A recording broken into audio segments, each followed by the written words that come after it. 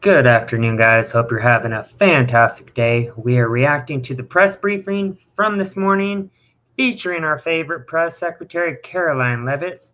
Hope you're all having the best day ever. Let's get it started, y'all. Please like, comment, and hit that subscribe button below. Good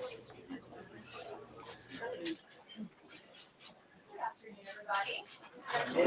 Have a good weekend? Yes. It's good to see you back here. We have another busy week.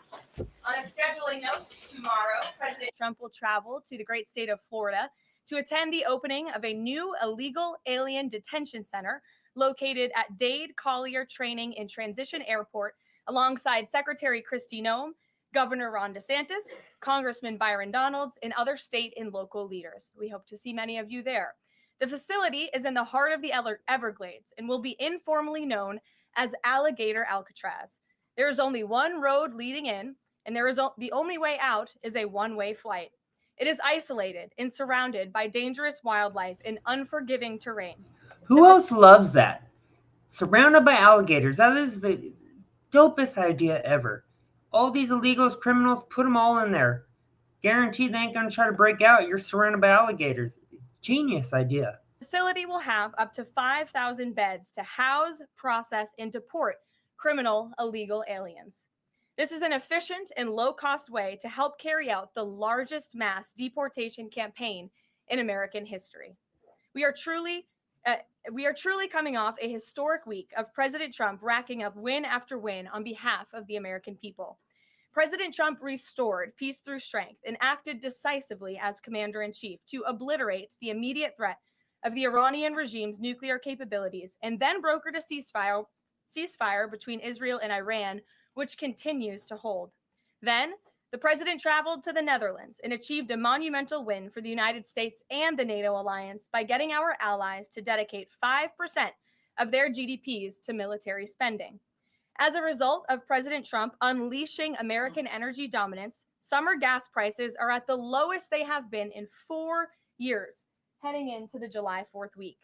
And with the incoming Trump economic boom, the stock market continues to roar back, with the S&P 500 and the NASDAQ both hitting record highs. And on this point of an economic boom, I bring to you original correspondence from the President of the United States to our Fed Chair, Jerome Powell. As the president has consistently stated, the American economy is booming. And there were so many economic analysts who said that this president's policies would drive our economy down, when in fact we have seen the opposite. We've seen a massive deregulation campaign take place. We've seen inflation completely diminished from where it was under the reckless spending and the bad policies of the previous incompetent administration. I would remind the Fed chair, and I would remind the entire world, that this is a president who was a businessman first, and he knows what he is doing. He has a proven economic formula that worked in his first term as president, and it is working again. The one problem that remains is high interest rates for the American people. The American people want to borrow money cheaply, and they should be able to do that. But unfortunately, we have interest rates that are still too high. So the president sent this note to the Fed chair today. And if you look at this chart, this is a chart of all of the interest rates of many countries throughout the world. At the top is Switzerland. They're only paying a quarter for interest rates. Cambodia, Japan, Denmark, Thailand, Botswana, Barbados, Taiwan, Bulgaria, Cuba, Sweden, Morocco, Cabo Verde, South Korea, Algeria, Canada, Albania, Libya, Malaysia, China, New Zealand, Trinidad and Tobago, Czechia, Bolivia, Australia, Costa Rica, the Bahamas, Kuwait, Papua New Guinea, Bosnia, United Kingdom, and the UAE are all paying lower interest rates than the United States of America, which has one of the hottest and strongest economies in the world. The president sent this note to the Fed chair. It says, Jerome, you are as usual too late. You have cost the USA a fortune and continue to do so. You should lower the rate by a lot. Hundreds of billions of dollars are being lost, and there is no inflation. And the president is right. There is historically low inflation thanks to his policies. And we will continue to drive down the cost of living in this country for Americans. We will continue to deregulate. And it's also incredibly important that we pass this one big, beautiful bill, which is the largest tax cuts in American history. And that's why the White House and the president himself have been in touch with lawmakers all weekend long to get this bill passed. And they are working very hard to do so. It remains a top priority for the president. And this bill has exposed the clear differences between Republicans and Democrats in 2025. The Democrats are doubling down on craziness and radical policies that are undermining the very fabric of our country. Just look at the Democrat nominee for New York City Mayor, Zohran Mamdani.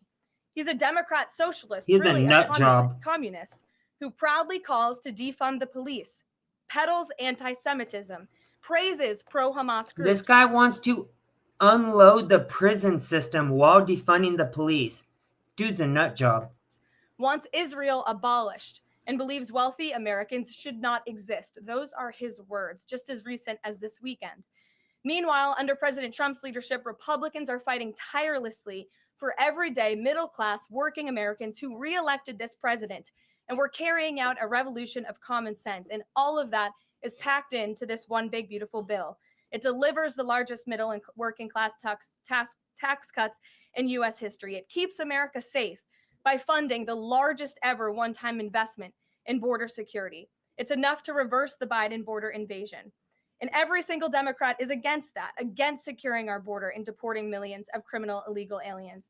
The one big beautiful bill also strengthens and protects Medicaid benefits, despite what Democrats are saying, for eligible American citizens who rely on it, like pregnant women, children, seniors, and people with disabilities, by eliminating waste, fraud, and abuse that threaten to destroy this program that was intended for the most vulnerable in our society. And every single Democrat in Congress is against rooting out that waste, fraud, and abuse and blocking the 1.4 million illegal aliens who are currently improperly receiving these benefits that should be going to American tax-paying citizens.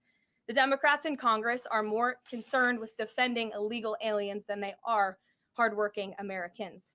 And the big beautiful bill also revitalizes our military and enhances our defense capabilities, protects our country from emerging new threats by funding a cutting-edge missile defense system called the Golden Dome. And as we all know, the one big beautiful bill makes the Trump tax cuts permanent. The White House and the president are adamant that this bill is passed and that this bill makes its way to his desk. Republicans need to stay tough and unified during the home stretch, and we are counting on them to get the job done. So with that, we will take up questions. John Fredericks is in our new media seat today. John, thanks for being here. Hey, if you conceal carry and you want to do so comfortably, you're probably going to be interested in this, the brand new Nimbus Gray Vanish. We'll kick it to you. Thank you, Karoline. Let's get to the one big beautiful bill first. It appears now you're going to get at least 50 votes in the Senate. There'll be some amendments. What is the president's confidence level in getting 218 votes in the House by the end of this week in order for him to sign it on Friday? Well, look, we are very well aware, the president is very well aware that this bill needs to not only pass out of the Senate, but it needs to go back to the House. And we need the full weight of the Republican conference to get behind this bill. And we expect them to, and we are confident that they will. The president has been working hand in hand with Senate Majority Leader Thune and also our House Republican leader, or the Speaker of the House, Mike Johnson, both of whom will be at the White House today to meet with the president yet again. I believe they were here this morning, actually. I have one follow-up. Sure. You outlined Jerome Powell and the note that the president just sent to him. There are many who believe that Powell has been politicized in a lot of different ways. The president has not been shy about acting on things that he believes in. Why not just fire Jerome Powell and put in somebody that is going to lower rates? You should. Well, it's a good question, and one you can ask the president because that's a decision for him to make. But you're right to point out the politicization of the Fed, and it's very unfortunate for our country. But Jerome Powell cut rates numerous times ahead of the election when Joe Biden was in this Oval Office, but now he refuses to, and the economy is in a much better place. So there really isn't a good explanation for that, and the president is rightfully calling attention to it. Kelly. Good afternoon.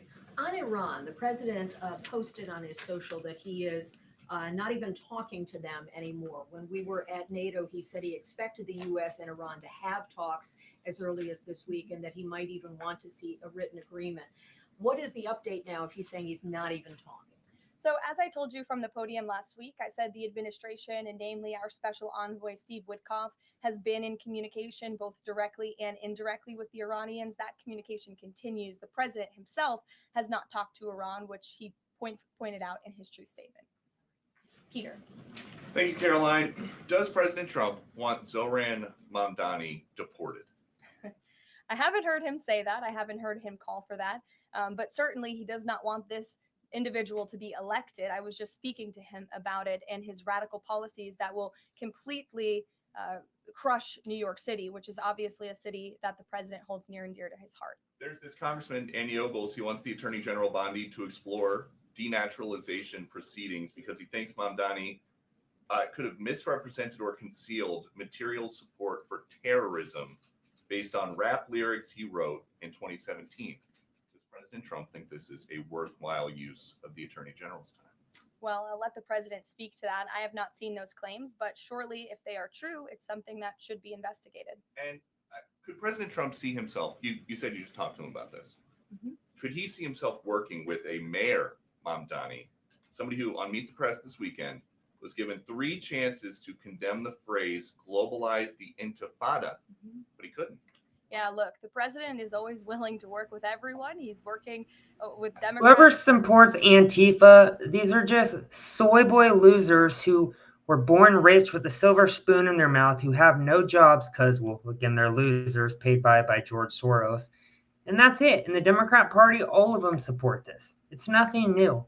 Democrat Party has no policies that benefit the American people, so they cause chaos. It's really that simple. Across the country, Democrat governors, and he said he'll work with people on the far left. He works with Republicans. He works with people in the middle. He wants to do what's right for America, but surely someone who holds these values and is quite literally a communist and condemns every value that makes this country great: common sense, law and order, low taxes, working hard, and earning your keep in this country. He's against all of that, and I think the president would find it difficult to work with someone like that. If he is elected, I'm sure you'll hear more from the president on that, but we'll have to see. Hopefully the voters of New York City choose wisely. Sure. Thanks, Caroline. The president on Friday said that he was hopeful of a Gaza deal within the next week. Can you give us an update on any progress towards that, and on any talks that the White House is having with Israel on that? Mm-hmm. Sure. Well, I know that Mr. Dermer is in Washington this week to meet with senior officials here at the White House. I also know that this administration is in constant communication with Israeli leadership, and the president himself speaks frequently, as you know, to Prime Minister Netanyahu. But this has been a priority for the president since he took office, to end this brutal war in Gaza. It is because of this president that humanitarian aid is being brought into the region. It's heartbreaking to see the images that have come out from both Israel and Gaza throughout this war, and the president wants to see it end. He wants to save lives. And however, the main priority for the president also remains to bring all of the hostages home out of Gaza. As you know, his tireless effort has brought home many of the hostages, including all of the American hostages who were held there. So he wants to see both things happen, and we're continuing to work very hard to do those things. Sure. Yeah, thanks, Caroline. What is the White House's response to Senator Tillis's criticism articulated from the Senate floor yesterday, in which he said passing the big, beautiful bill would betray President Trump's promise to protect Medicaid? Well, he is just wrong.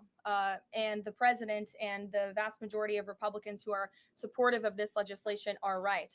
This bill protects Medicaid, as I laid out for you, for those who truly deserve this program: the needy, pregnant women, children, sick Americans who physically cannot work. And what it does is it ensures that able-bodied Americans who can work 20 hours a week are actually doing so, and that will therefore strengthen and protect those benefits for Americans who need it, as well as cutting out the waste, fraud, and abuse, as well as getting 1.4 million illegal aliens off of the program. So all of those measures are actually going to protect it for those who need it.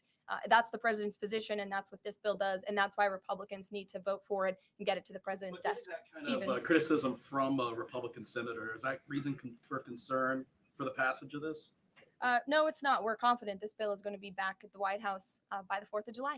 Stephen. Thank you, Caroline. 2 questions. On the New York mayoral race, does the president plan to make an endorsement? And secondly, on Jerome Powell, a lot of the focus obviously has been on interest rates and him keeping them high, but a new controversy erupted today. My colleague first reported that he's facing Chairman Jerome Powell is facing accusations of lying to Congress, which is a potential crime, about luxurious details of the Fed's $2.5 billion renovation project. Senator Loomis has called attention to this. Some experts want him to be investigated. Does the White House want these allegations investigated and if found substantiated, punished? I'll have to take a look at those allegations, and I will raise them to the president's attention and let him speak on them himself. To your first question regarding the mayoral race, the president was asked that yesterday by Maria Bartiromo. He refused to give an endorsement, so you won't get one from me at this podium unless he wants me to do that. Phil. So Anna, what are we juicing today? We're doing the Phil, go ahead. Oh, Sure. And then I can go to you. Cool. Thanks. Thank you. The president said that he's working on a temporary pause for immigration enforcement in certain industries. I'm wondering what you can tell us about how he's determining which industries are deserving of a pass. He mentioned farmers, but what about, say, construction workers? I mean, shouldn't there just be one standard here?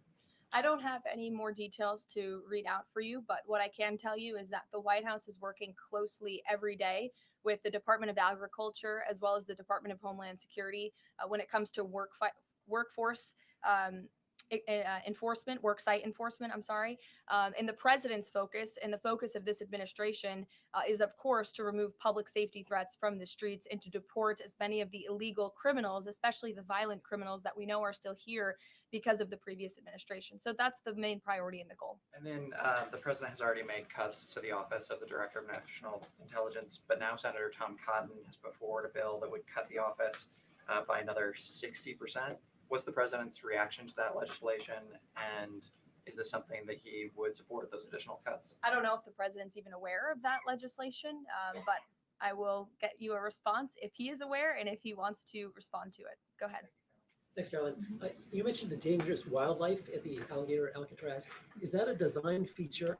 Why is the president going with this mega bill in such a precarious position in the Senate? And then also, can you talk about the CBO estimate that it would add about 11 million uninsured? Well, look, when you have illegal murders and rapists and heinous criminals in a detention facility surrounded by alligators, yes, I do think that's a deterrent for them to try to escape. We do know that some of these illegal criminals have escaped from other detention facilities, like one in New Jersey, which I know was recently reported on. So, of course, we want to keep the American people safe, and we want to remove these public safety threats from our streets, and we want to effectively detain them as best as we can. As for why the president is going, I think his trip to this detention facility actually underscores the need to pass the One Big Beautiful Bill, because we need more detention facilities across the country. The last administration let in nearly 20 million illegal people from all over the world, and this administration is focused on arresting and detaining them.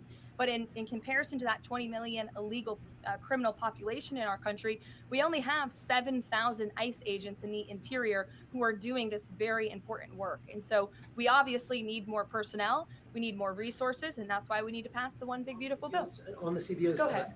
Yes, in the pink. Oh, thank you. Thank you. Welcome. Can you please share some details of China trade deal? Has the U.S. agreed to ease some exports, technology export restrictions?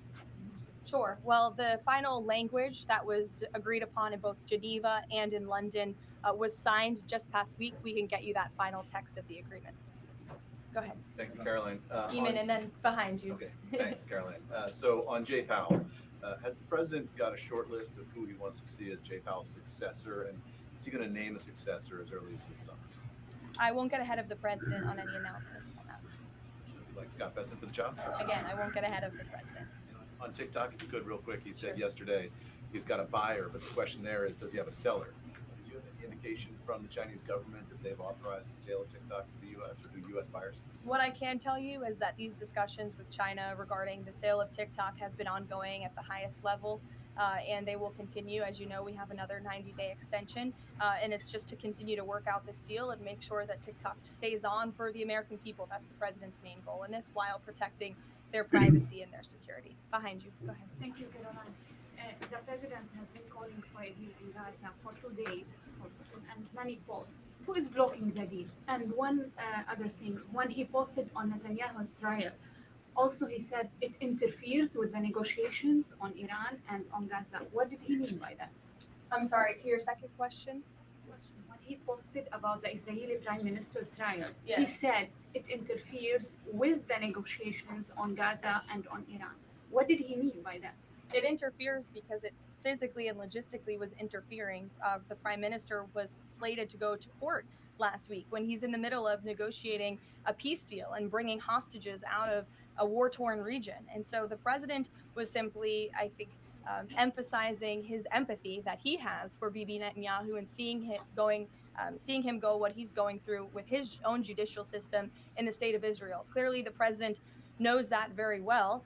He too was a victim of a judicial system that was trying to put him in jail, as you all know. You all covered it, but President Trump prevailed. That's why he's back in the Oval Office, and he believes that Bibi Netanyahu is a great leader for the people of Israel. The president just worked with him closely to end that 12-day war and to obliterate Iran's nuclear facility, to take out that imminent threat, not just to the state of Israel, but also to the United States of America. Even though I was iffy about that, the strike on Iran, it did end up working in our favor. Trump did look like a boss how it was handled, and it's still peaceful as we speak. So, I mean, kudos to Trump, because that could have started a war, but it didn't. So, you know what?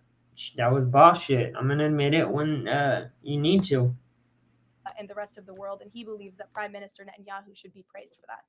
Go ahead. Thanks, Caroline. On the mega bill and the amendment that would limit Medicaid expansion under the Affordable Care Act, does the president want that amendment to pass?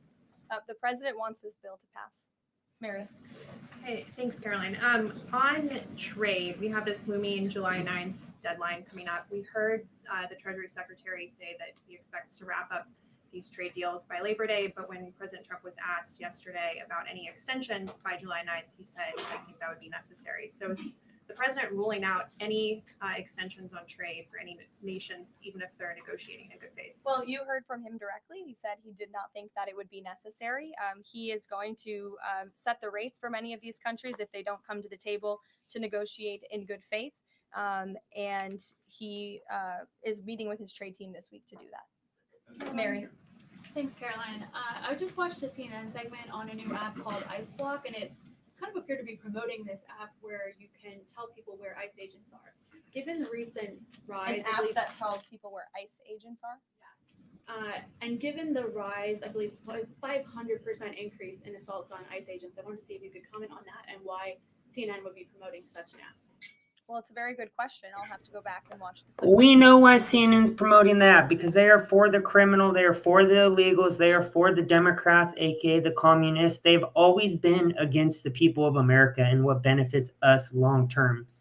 Such an easy answer. I'll answer it for you. Surely it sounds like this would be an incitement of further violence against our ICE officers. As you know, as you stated, there's been a 500% increase in violence against ICE agents, law enforcement officers across the country who are just simply trying to do their jobs and remove public safety threats from our communities. And that's something we as Americans, including journalists at CNN who live in many of these cities where illegal aliens are hiding and were let in from the previous administration, should be very grateful for. So we haven't seen the clip. We'll take a look at it, but certainly it's unacceptable that a major network would promote such an app that is encouraging violence against law enforcement officers who are trying to keep our country safe.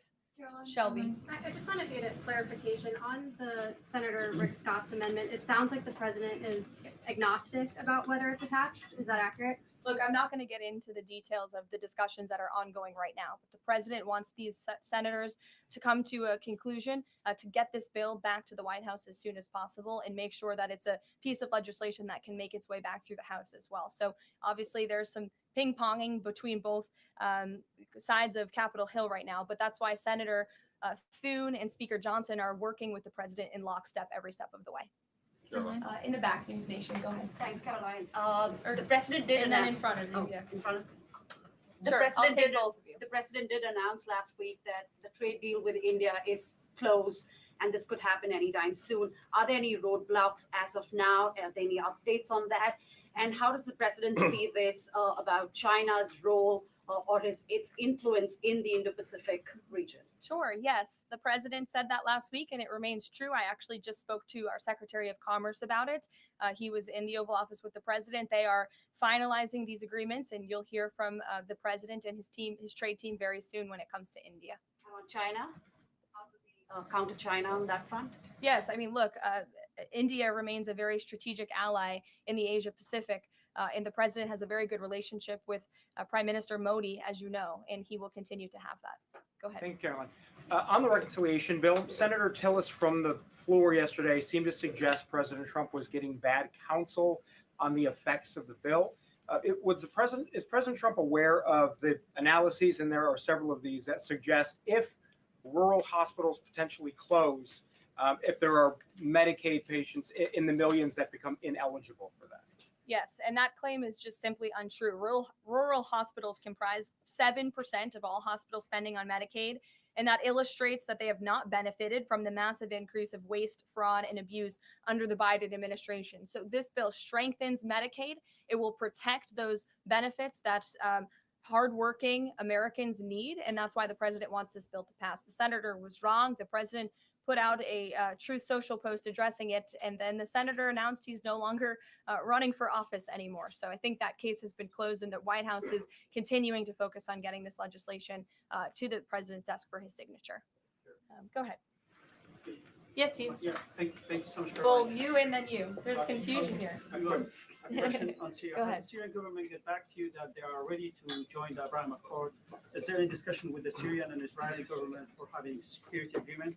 This is the first question. And the second question, what's the end goal for talking with the Iranian? Is that only focused on the nuclear program, or they are willing to speak about other issues like the proxy groups and ballistic missiles, or even trade with Iran? So as for discussions between Syria and Israel, you'll have to reach out to those respective governments. I can't comment on that. But what I can tell you is that this afternoon, the president will be signing an executive order to terminate the United States sanctions program on Syria. And this is in an effort to promote and support the country's path to stability and peace. The order will remove sanctions on Syria while maintaining sanctions on the former President Assad, his associates, human rights abusers, drug traffickers, persons linked to chemical weapons activities, ISIS and their affiliates, and Iranian proxies. And this is, again, an action that the president promised and shocked the world with in Saudi Arabia, because he's committed to supporting a Syria that is stable, unified, and at peace with itself and its neighbors. The president met with Syria's new president when we were in the Middle East, as you know. And so this is another promise made and promise kept by this president to promote peace and stability in the region. Go ahead, Alice. Sure. Questions on two topics, if you don't mind. I Sure. will start with NTD here. First on Canada. Canada says it's now dropping its digital services tax on American tech companies days after President Trump says he's halting all trade talks with Canada. First, what's the president's reaction to this? Can you tell us more about his call with Prime Minister Carney over the weekend?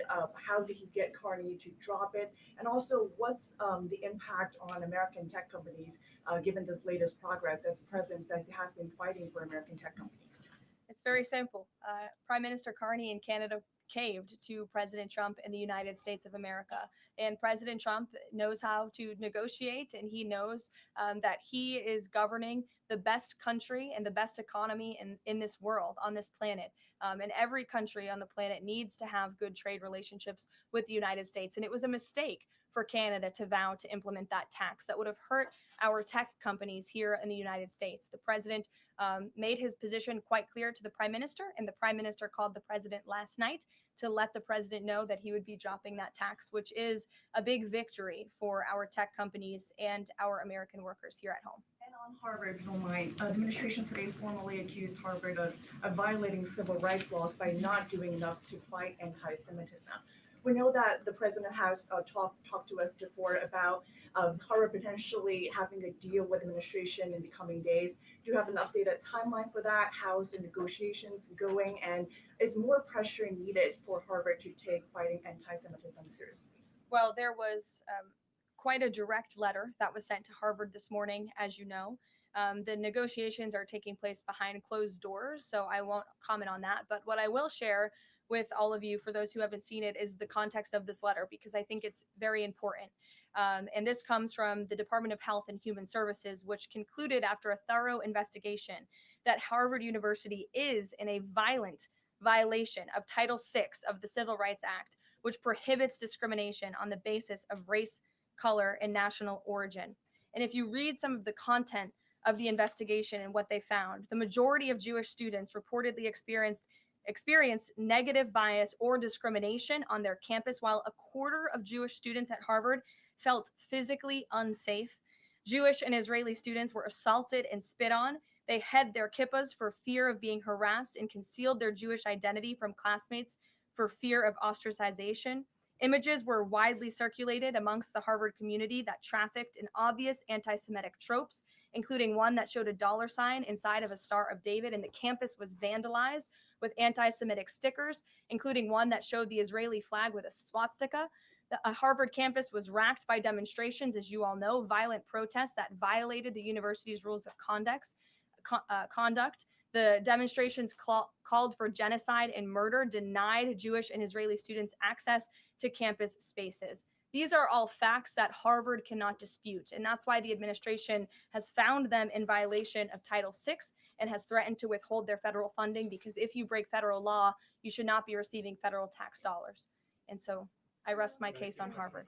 Andrea. Yeah, so President Macron of France earlier today said that tariffs levied by powerful countries are often a form of blackmail, and criticized the sort of process that's underway. He didn't mention the United States specifically, but said that these tariffs are really hurting developing countries. So there's this big UN conference going on. What do you say to that? What is the president, was he aware of that comment, and did he have any response? I think the president and the White House would certainly reject that characterization by Prime Minister Macron. Tariffs are an effective use of presidential power to bring back the middle class, to bring back our manufacturing industry, which was the backbone of our American economy and has been hollowed out by globalist politicians who have caved to foreign countries instead of doing what's right for American workers. That's why the president is effectively utilizing his authority to wage tariffs and to utilize tariffs. I think the whole tariff situation has been genius on Trump's part so far, because we've gotten trillions, it seems like, from what we're being told, back into our own economy. Genius. Continues to be in discussions and negotiations on trade to do what's right for America. And Europe and the rest of the world might not be used to that, but President Trump is back in town, and he's going to do what's right for our people and our country. Follow up on Netanyahu. So there's a report in Israeli media that the prime minister will actually be here, that Netanyahu will be here today meeting with the president. Can you confirm that? I don't believe Prime Minister Netanyahu is here today. I think you guys would know about that by now. Unless there's something going on I don't know about, but I don't believe he is. I do know he has expressed interest in coming to Washington and meeting with the president, and we are working on a date for that. I do not believe it is today, but that would be fun. You never know in this White House, let's be honest. Go ahead. Thanks, Karoline. Does the president support this new measure in the big, beautiful bill that would impose steep new taxes on new wind and solar projects? I believe you're referring to the credits for wind and solar projects. And what talking about the new tax? There's a new tax that it's estimated would add 10 to 20% to the cost of any new wind and solar projects that start after this year. Again, I don't want to comment on the specifics of provisions, but I'm sure the president will speak on that directly. Again, this is an ongoing process. The president continues to be very much engaged with the leadership in both the Senate and the House to get this bill back to his desk. Did the president ask for that provision? Because the National Building Trades Union is saying that it's the equivalent of terminating more than 1,000 Keystone XL pipeline projects. Is that something that would concern him? Well, the president spoke on this yesterday in his interview, and he said he understands that legislators want to protect jobs in their communities and in their districts. And so he understands why some of them are against this provision, but he also understands why people want the provision. So again, this is an ongoing deliberation and discussion, and the president is engaged in this very much. Go ahead. Thanks, Caroline. We've been hearing from White House officials for weeks that you're close on trade deals with a number of countries. Can we get any update on which countries will have deals by the 9th and when there may be any announcements? I'll let the president and the trade team speak on it. Can you respond to the CBO estimate that the Senate bill would increase the deficit by nearly $3.3 trillion? This is one of the most fiscally conservative pieces of legislation that has ever made its way through Capitol Hill. There's $2 trillion in mandatory savings in this bill. And not only that, the projected growth that this bill will bring to our economy. It will be an economic boom. The Council of Economic Advisors has an analysis that shows that the bill will generate $4.1 trillion in economic growth, and it will cut taxes, putting more money back into the American people's pockets. That's why this president wants this bill to pass. And I know he's busy working the phones and doing what he needs to do today to make it happen. So we'll see you all later. Thank you. We'll see you in Florida tomorrow. Love it, love it, love it. She is such a boss when it comes to taking questions, because when the truth is on your side, it's easy to tell the truth, and the truth is on her side. Hope you guys enjoyed that. I'm going to do a live later. See you guys later. Peace.